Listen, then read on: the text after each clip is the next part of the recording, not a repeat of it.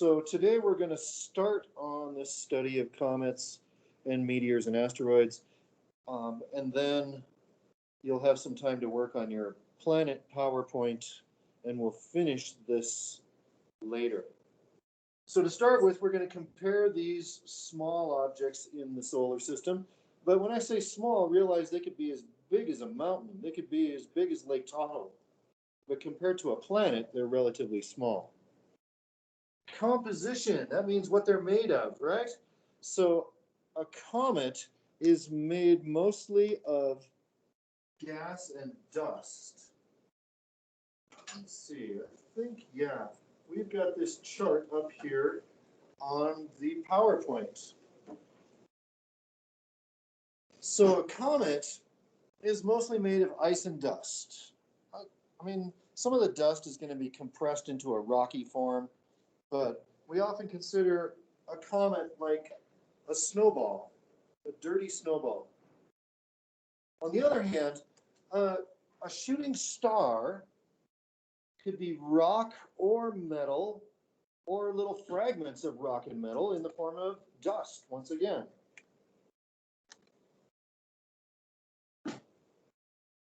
And then an asteroid would be rock and metal. Of course, there could be dust on the surface of the asteroid. We recently landed a spacecraft on an asteroid. And we've flown spacecraft very close to comets. So they differ a bit in what they're made of. They also differ in where they're found in the solar system. The comets are way out beyond the orbit of the furthest gas giants. They're very far in the outer solar system, but they can orbit into the inner solar system. So when it says they're out there, they're not stuck out there. They're orbiting from out there around the sun, and they get closer to us when they do this. And that's why there are some comets that we know when they're going to come back, and they're going to become visible in our sky at that time.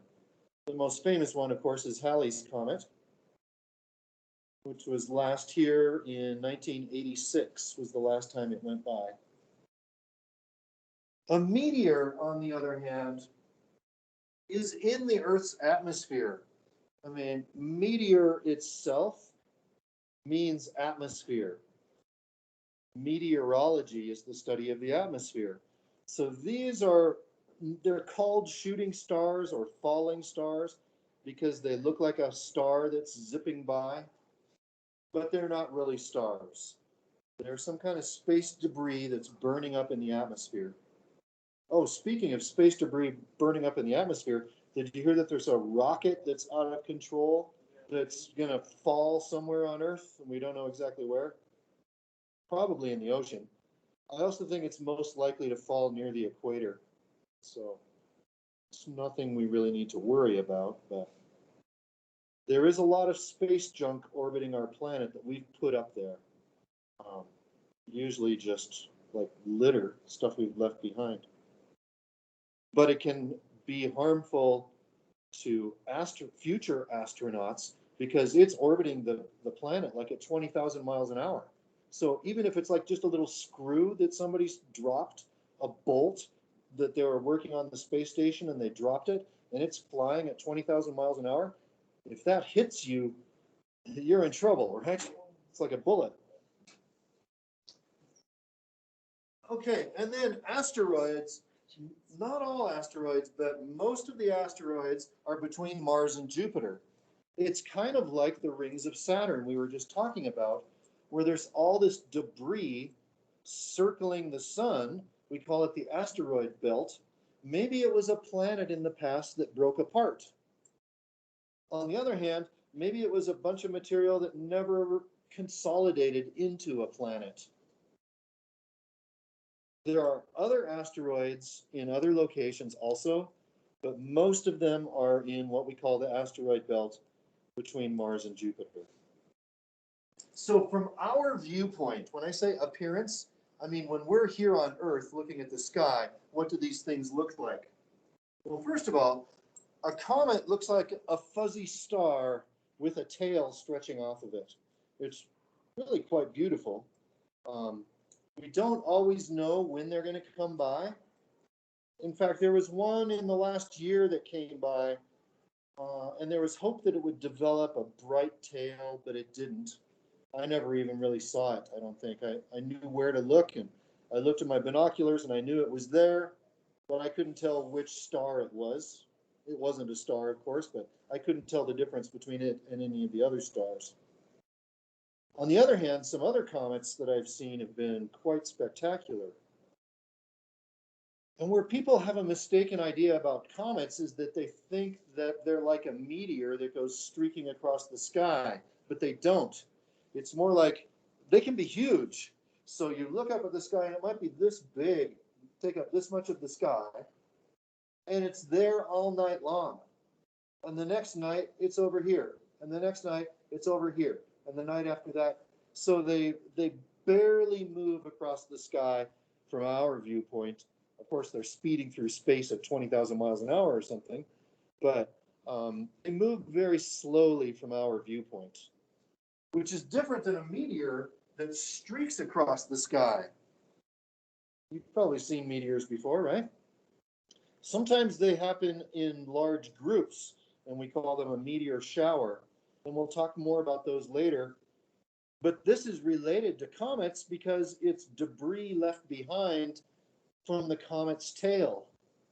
So like we just had a meteor shower that peaked on May 4th, and that was debris left from Comet Halley. On the other hand, an asteroid, it's not very big, it's far away, and it doesn't shine any light. So from our viewpoint, you could never see it without a telescope. There are some asteroids that they have named because they're quite large, but most of them are just these chunks of rock. And you've probably seen simulated versions of them on some kind of science fiction movie before, where people are flying between them and stuff.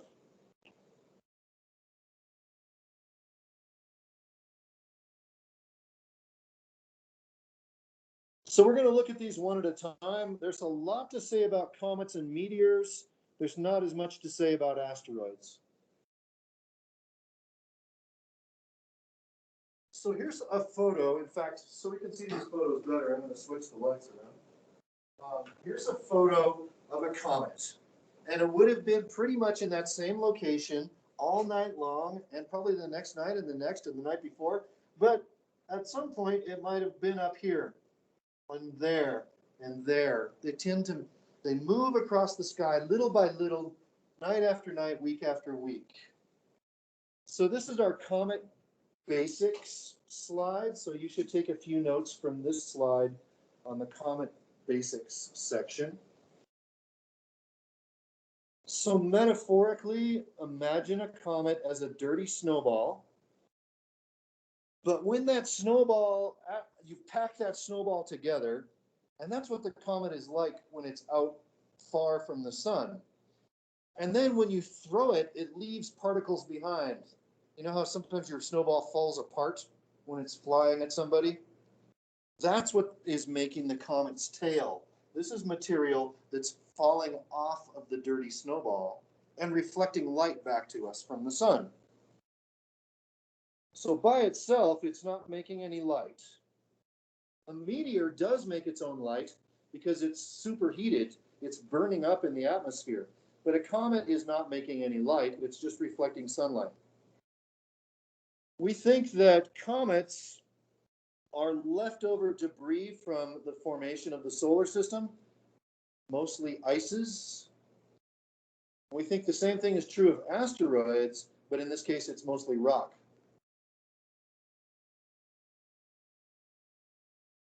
And again, keep in mind, they do not streak across the sky like a meteor. They just move little by little over weeks or months. They also don't start with a tail, and then they grow that tail, and then they lose the tail.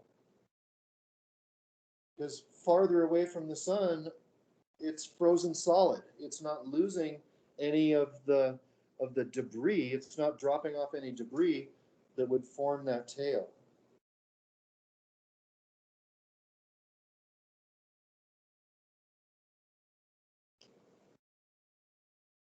So here's an example, I think. Let's see. Yeah, this is an example showing the location of a comet that came by in 2004 called Comet Machholz, and we'll talk about how they get their names later. And here's a star chart. Here's the North Star right there. If you know how to find the North Star, part of the Little Dipper. And this is the location of the comet over a few months. Let me see. Down here we have, where is the label? Okay, down here we have January 1st.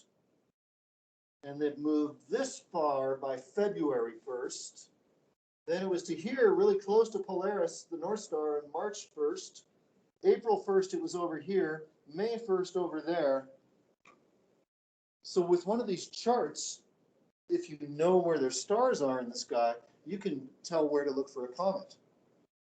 And if it's really fully developed, you don't even need binoculars or a telescope to see it. In fact, a telescope can sometimes not be the best way to look at a comet because it zooms in on just one part of it and it would cut off the rest of the tail. So here's a couple of photos showing the comet passing this star cluster, the Pleiades. Have you heard of the Pleiades or the Seven Sisters? This is a beautiful little star cluster. This is through binoculars. If you haven't heard this name, the Pleiades, I'll bet you've heard the Japanese name for it, the Subaru. And if you look at a Subaru, you're going to see that its logo has a cluster of stars, right? Because it is the Pleiades. Now look at this photo on January 3rd, and then notice how the comet, which is down here at the bottom, notice how it changes position 5 days later. See how now it's lined up?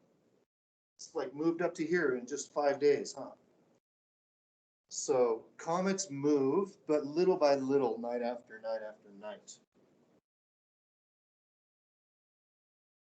Okay, comet orbits. So comets have these really long, stretched out orbits. The planet's orbits are not true circles, but they're really close to being circles. On the other hand, this is a comet, this one that's stretched way out here. And so it gets very far from the sun, and then it drops back into the center of the solar system, and it shoots way back out to space again.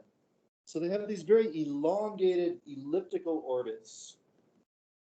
The other thing that's different about a comet's orbit is that all the planets, if you look at this diagram on the left, all of the planets are pretty much in the same flat plane, like a record or a CD or a frisbee. But comets can come in from any angle, above or below this plane of the solar system, or they could be in the plane of the solar system, but they're at like 360 degrees around the sun, whereas all the planets are pretty much in this same flat zone orbiting the sun.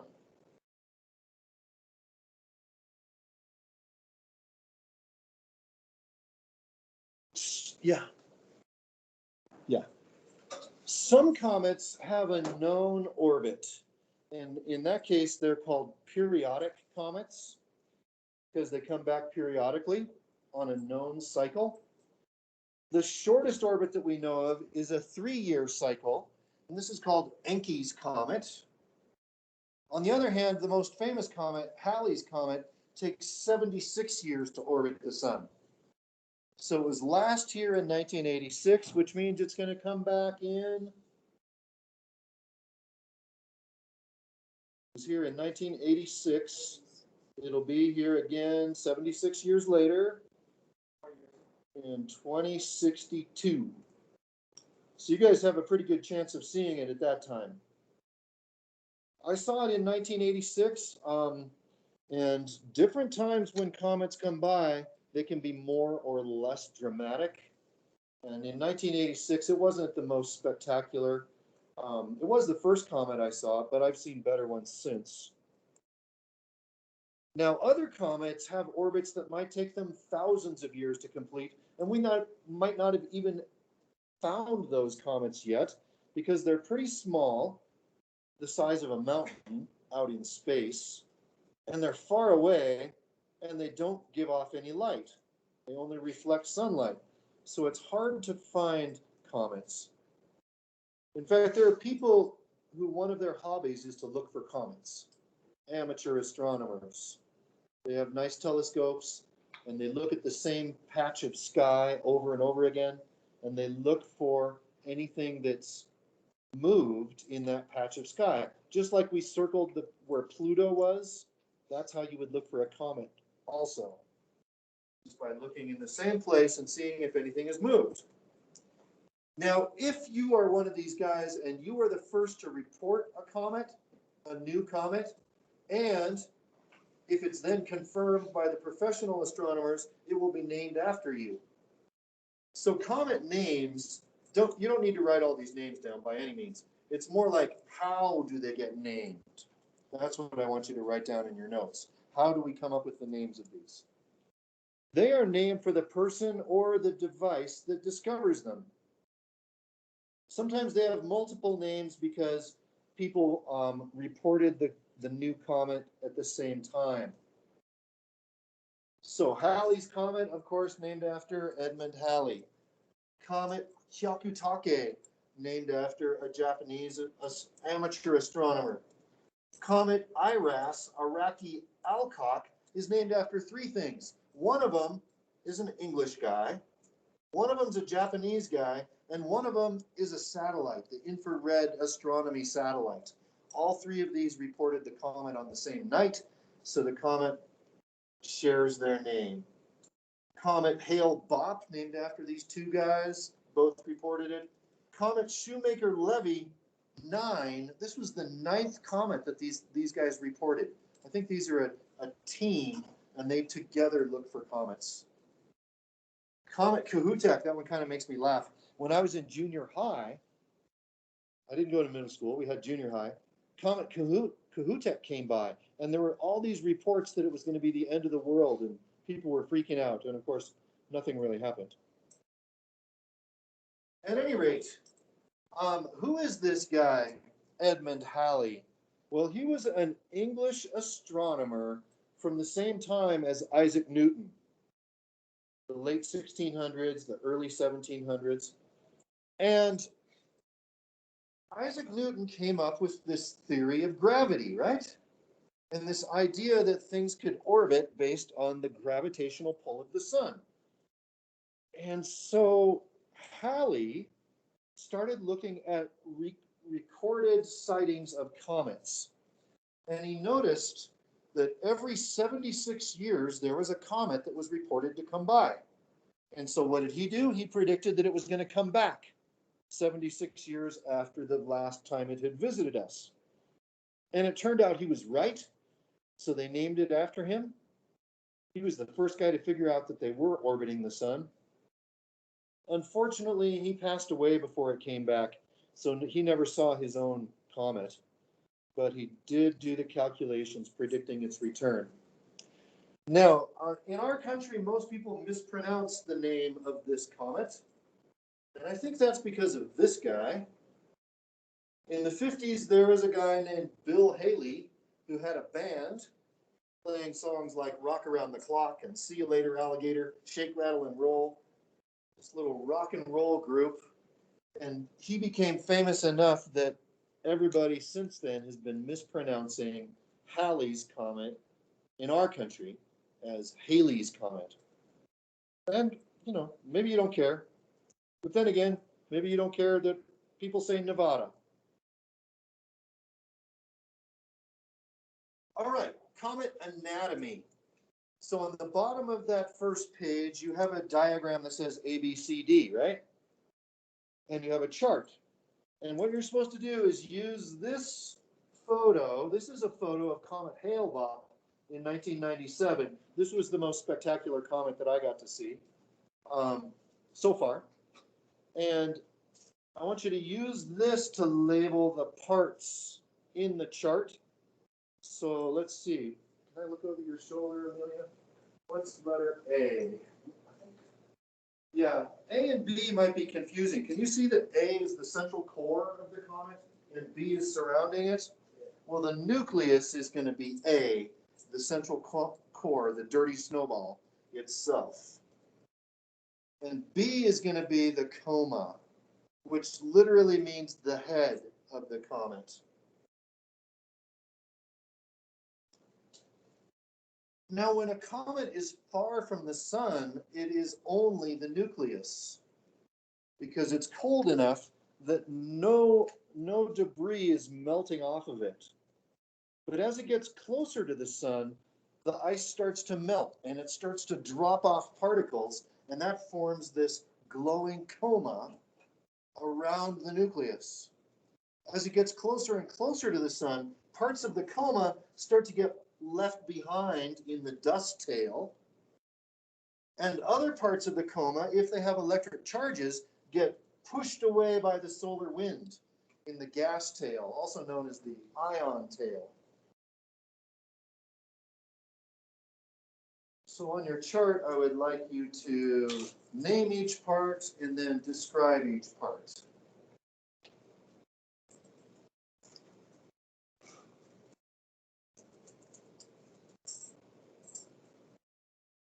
Hey, Tyler, you need to go to the nurse?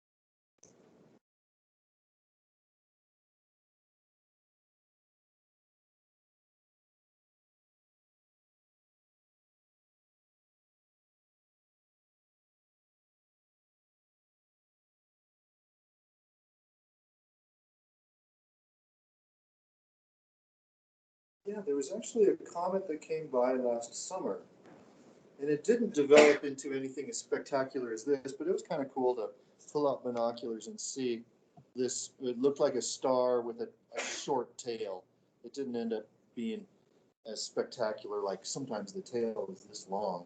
Some comets are bright enough that they can be seen during the day. If they really release a lot of debris that's reflecting sunlight and they're close to us, they can be bright enough to be seen during the day. We're going to do one more thing, and then I'm going to have you work on your PowerPoints.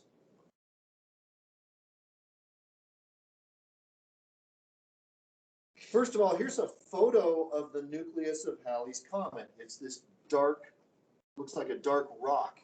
This is 2,500 miles away that this photo was taken by this spacecraft called Giotto, named after an Italian astronomer.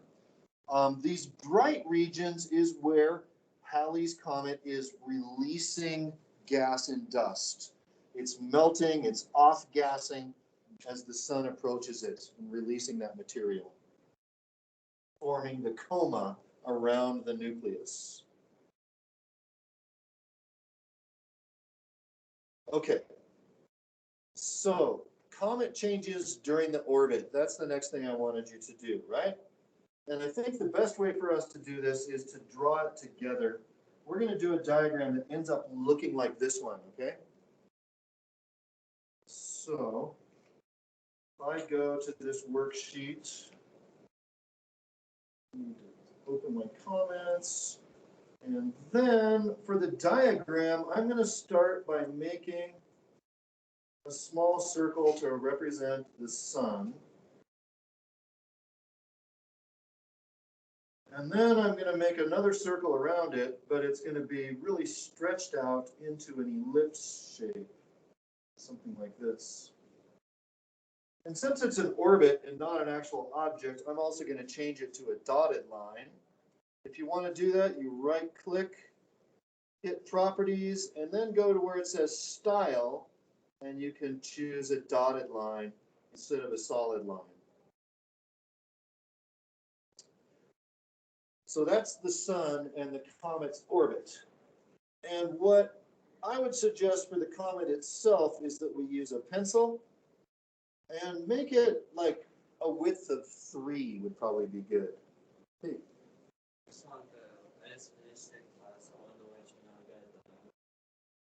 Excellent. I'll check at the end of the day. Good job. Okay, so we're going to start when the comet's at its furthest distance from the sun. It's completely frozen. So does it have a tail at all? No. So all I'm going to do is just make a dot right there. You use this right here, and then you can drag it to where you want. How do you get so like there's no tail? So there's you have to right click on it. Like you and Mac? No. And then properties. And then this is your fill color.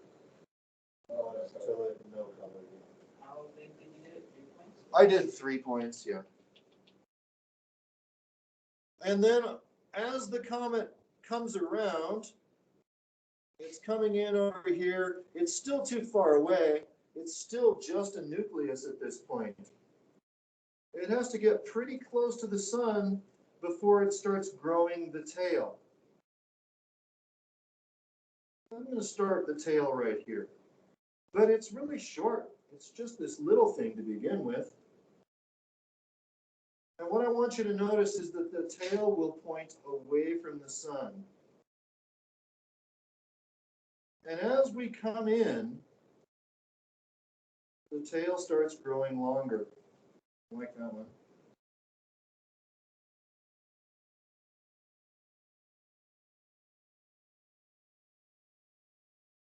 Always pointing away from the sun, which is kind of weird in a way, as you'll see. More and more of it's melting, so this tail is growing longer and longer.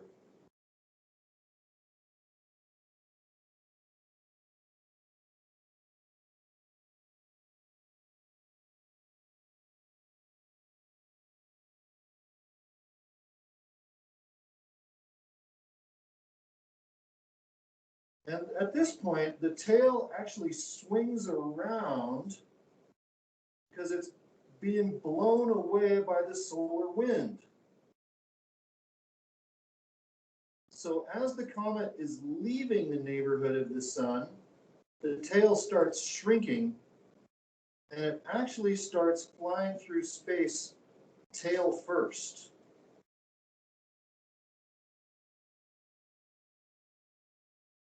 And that's what is surprising to a lot of people. You wouldn't think it would go tail first, right? Because the solar wind is pushing those particles away from the nucleus. And then it's completely frozen again in the outer half of its orbit. So you can see how it would be really difficult to find this comet when it's far from the sun.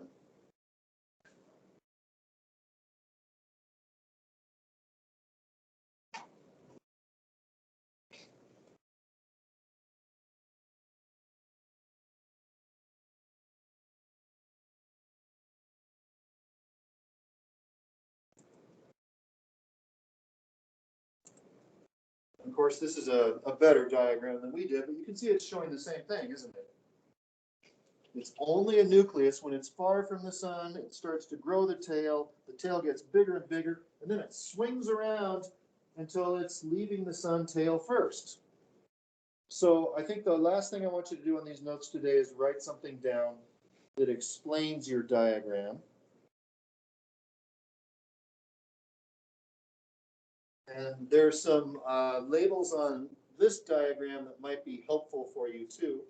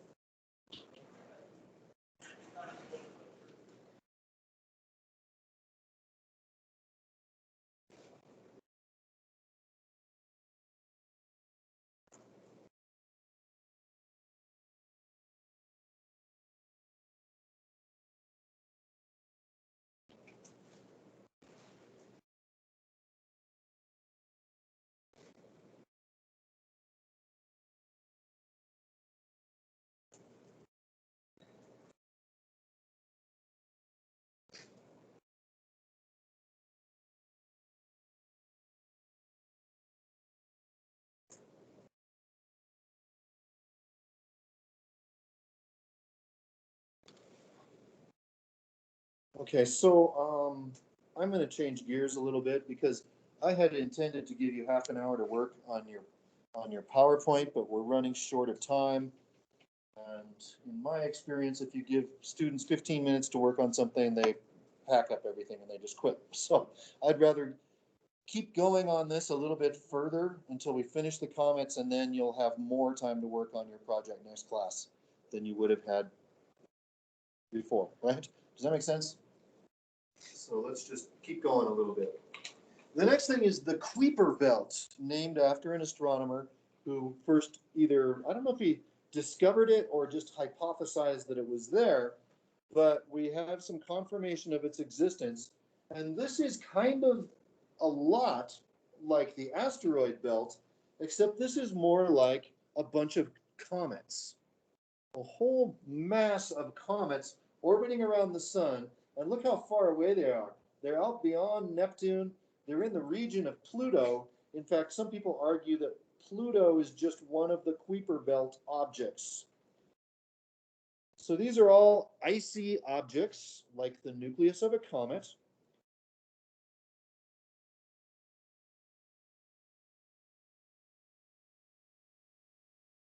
And if any kind of gravitational influence caused one of these icy objects to fall inward to the sun, we would see it develop into a comet. So we have this whole potential reservoir of comets that could become comets in the future, but aren't yet, because they're out there just orbiting far from the sun where they're frozen solid and they have not developed a tail, but they could. So imagine if Pluto, being quite a bit larger than any of them, basically it's the size of a continent. It's as big as the distance between LA and New York. While they're individual mountain-sized objects, or maybe not even that big, maybe the size of a truck or something, or a building. And if Pluto came close enough to them, it could disturb their orbit. Its gravity could pull on them, and so their orbit would become unstable, and then the sun's gravity could pull it inward to the inner solar system, and we would have a new comet. That's what we mean by saying it's a reservoir of comets. They're like in storage, literally cold storage, waiting their turn to become a comet.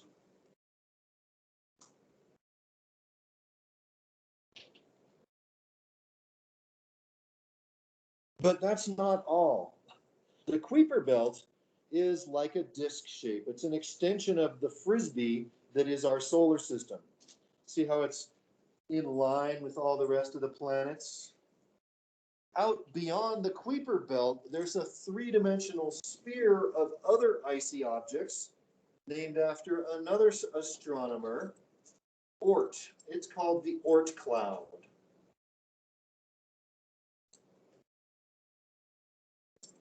So the Oort cloud surrounds the solar system in all directions. It's like a ball, and we are on the inside of the ball. Billions of cometary nuclei, much further away than the Kuiper belt.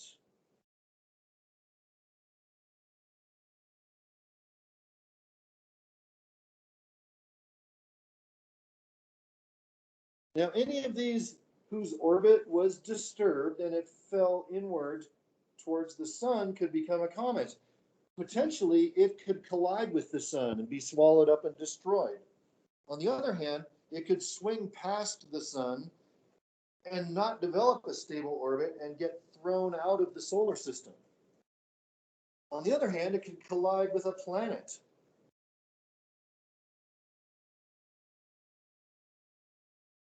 Or it could develop a regular orbit.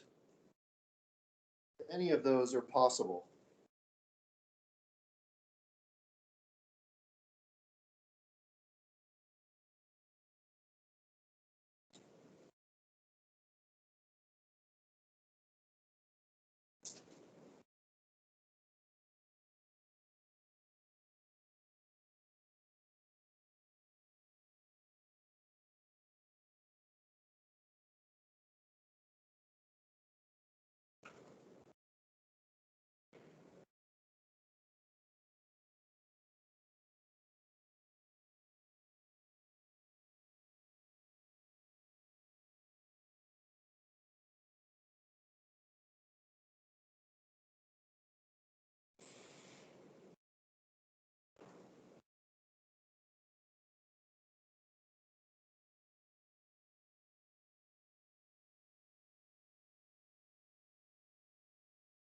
Have any of our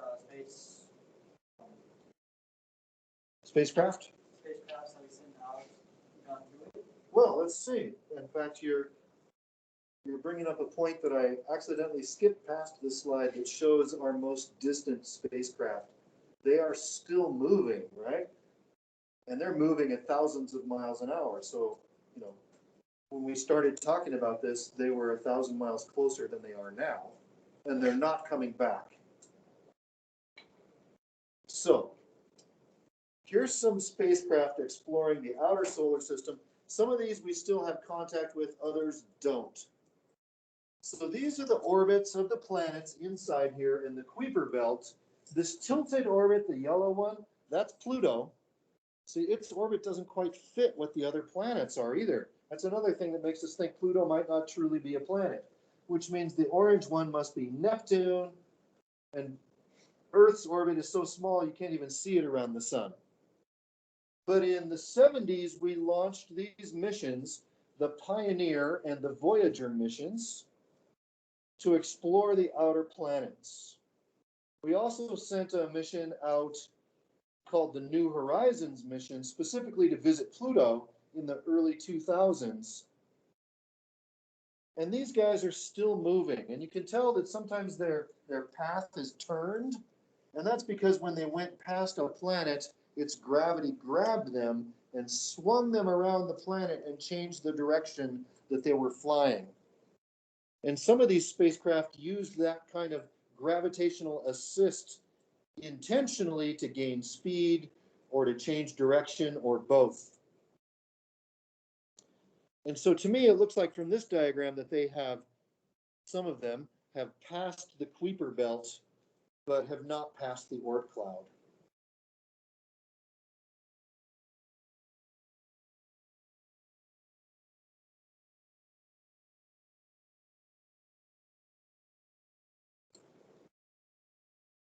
Okay? And then I think we'll come back to the impacts next class. But I do want to look at your instructions for your PowerPoint briefly.